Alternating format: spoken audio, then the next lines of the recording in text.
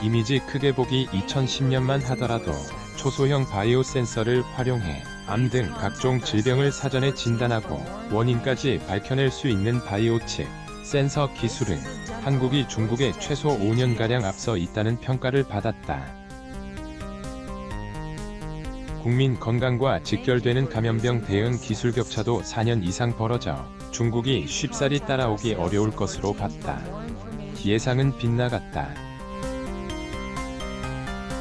2020년 기준으로 바이오 칩 센서 기술 수준은 중국과 똑같고 감염병 대응 기술은 한국이 오히려 1년 뒤져 있다.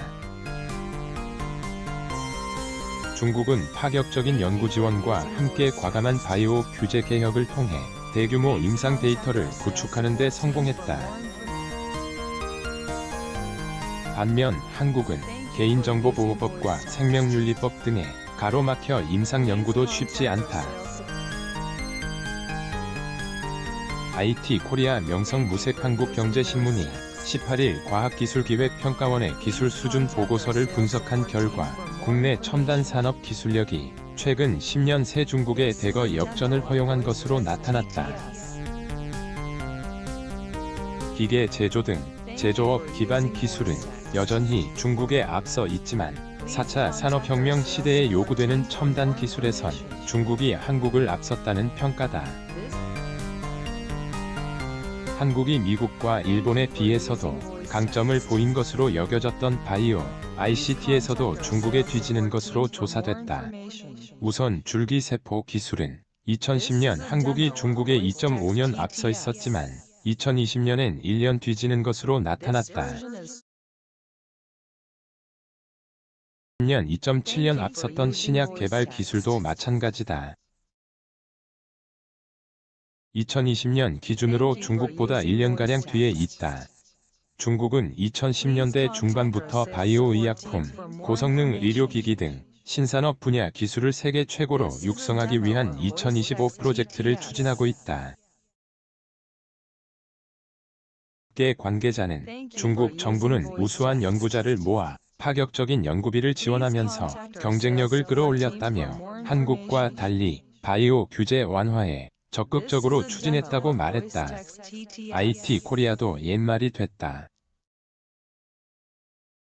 한국은 ICT 분야에서도 중국에 뒤처졌다. 기간 차세대 네트워크, 이동통신, 차세대 시스템 SW 등의 분야가 중국의 역전을 허용했다. 차 산업 핵심 기술로 꼽히는 인공지능과 가상현실 기술도 중국에 1년씩 뒤처졌다. IT 업계 관계자는 한국은 세계에서 가장 강력한 개인정보보호법 등 규제에 가로막혀 발전이 더뎠던 데 비해 중국은 대규모 인프라 투자와 규제 개혁을 통해 경쟁력을 끌어올렸다고 지적했다. 반도체도 자칫 뒤처질 수도 최후의 보루로 불리는 반도체 산업 역시 중국과의 격차가 대폭 좁혀졌다. 중국과의 반도체 공정, 설계 기술 격차는 2010년 4.0년에서 2020년 0.5년으로 줄어들었다. 같은 기간 반도체 장비 기술도 3.6년에서 1.5년으로 차이가 감소했다.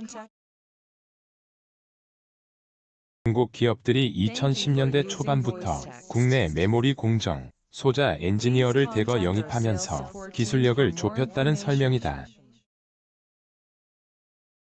국내 반도체 대표 기업인 삼성전자와 SK하이닉스도 YMTC 등의 초미세 공정 기술을 예의주시하고 있는 것으로 알려졌다. D램과 낸드 플래시 초미세 공정에선 아직 3년가량의 기술 격차가 존재한다는 것이 업계 관계자들의 공통적인 설명이다. 2010년에도 중국이 강점을 보였던 우주항공 기술은 한국과의 격차가 더욱 벌어졌다. 사체와 우주 탐사 기술은 중국이 한국에 각각 10년과 8.2년 앞서 있는 것으로 조사됐다. 전문가들은 내년 상반기에 공개되는 2022 기술 수준에선 한국과 중국과의 기술 격차가 더욱 벌어질 수 있다고 우려하고 있다. 중국이 보유한 인력 자원 규모에서 한국과 비교가 되지 않을 뿐 아니라 중국 정부의 기초과학 투자 규모도 한국에 비해 월등히 크기 때문이다. 다만 아직 중국과의 기술 전쟁에서 승리할 가능성은 충분하다는 것이 전문가들의 설명이다. 청와대 경제과학특별보좌관을 지낸 이정동 서울대 공대 교수는 정부가 기술 주권 확보를 위한 컨트롤 타워로 핵심 전략 기술을 국가 미션으로 정의하고 집중적으로 투자하는 전략이 필요하다고